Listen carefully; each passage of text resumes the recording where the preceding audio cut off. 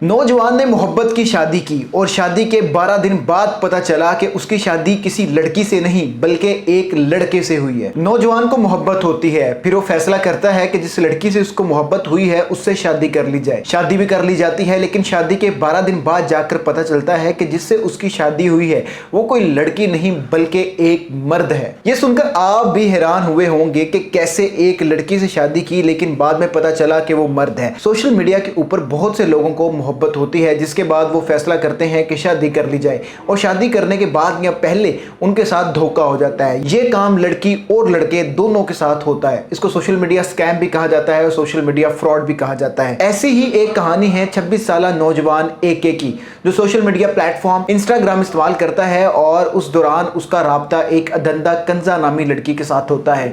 दोनों के आपस में बात स्टार्ट होती है। कुछ अरसा बात करने के बाद दोनों एक दूसरे की मोहब्बत में गिरफ्तार हो जाते हैं। दोनों एक दूसरे से दिन रात बातें करते हैं और बातें करते करते प्लान करते हैं कि एक दूसरे से मिला जाए। फिर दोनों मिलना भी शुरू कर देते हैं और एक साल मिलने जुलने और मोहब्बत में गिरफ्तार रहने के बाद दोनों प्लान करते हैं कि अब शादी कर ली जाए। शादी की तैयारियां धूमधाम से शुरू हो जाती हैं। लड़के के घर वाले बहुत खुश होते हैं और वो रवायती तरीके से शादी की तैयारियों में मगन हो जाते हैं। लड़का और लड़की दोनों शादी की तैयारियों के दौरान एक दूसरे से बातें करते हैं और सुहाने ख्वाब देखते हैं कि किस तरीके से शादी के बाद वो अपनी जिंदगी गुजारेंगे। लिहाजा वो दिन आ जाता है कि जब लड़का और लड़की दोनों शादी के बंधन में बंध जाते हैं। बड़ा इवेंट होता है जिसमें हजारों मेहमान आते हैं। लड़के के खानदान वाले आते हैं लेकिन लड़की के खानदान में से कोई भी नहीं आता।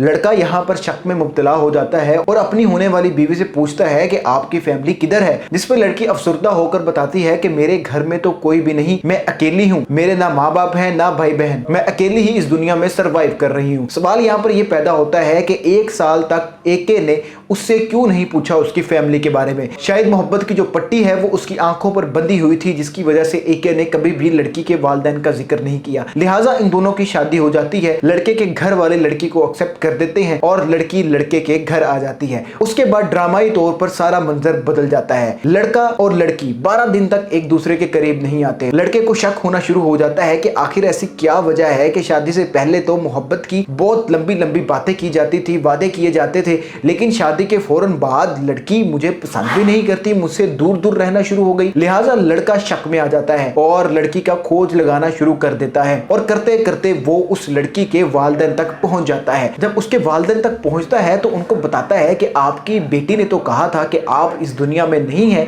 आप तो जिंदा हैं, लिहाजा आपकी बेटी ने हमसे झूठ क्यों बोला। जिसके ऊपर उसके जो वालिदैन हैं लड़की के, वो तशवीश का इजहार करते हैं कि हमारी तो कोई बेटी है ही नहीं, हमारा तो एक बेटा है जिसका नाम है ESH। लिहाजा लड़का एक दफा सदमे में डूब जाता है, परेशान हो जाता है, अपने घर जाता है, जाकर अपनी बीवी से मिलता है और फिर इस राज से पर्दाफाश होता है कि जिससे उसकी शादी हुई वो लड़की नहीं बल्कि एक मर्द है, एक लड़का है जिसने इससे इसकी दौलत हथियाने के लिए इससे शादी की। सवाल यहाँ पर यह भी पैदा होते हैं कि कैसे वो लड़का इस नौजवान को बेवकूफ बनाता रहा, एक साल तक उससे मिलता भी रहा लेकिन लड़के को शक तक ना हो सका। मीडिया रिपोर्ट्स के मुताबिक तो जब ये खुद साख्ता लड़की नौजवान से मिलती थी तो अपने चेहरे पर निकाब रखती थी, जिसकी वजह से जो एके नौजवान है वो ये समझता था कि शायद इस्लाम से इसकी कुर्बत इतनी है कि अपने आप को पर्दे के अंदर रखती है। लिहाजा जो उसका लहजा था वो भी लड़कियों वाला था, उसमें वही नजाकत मौजूद थी, जिसकी वजह से लड़के को एक साल तक शक ना हुआ और शादी के 12 दिन बाद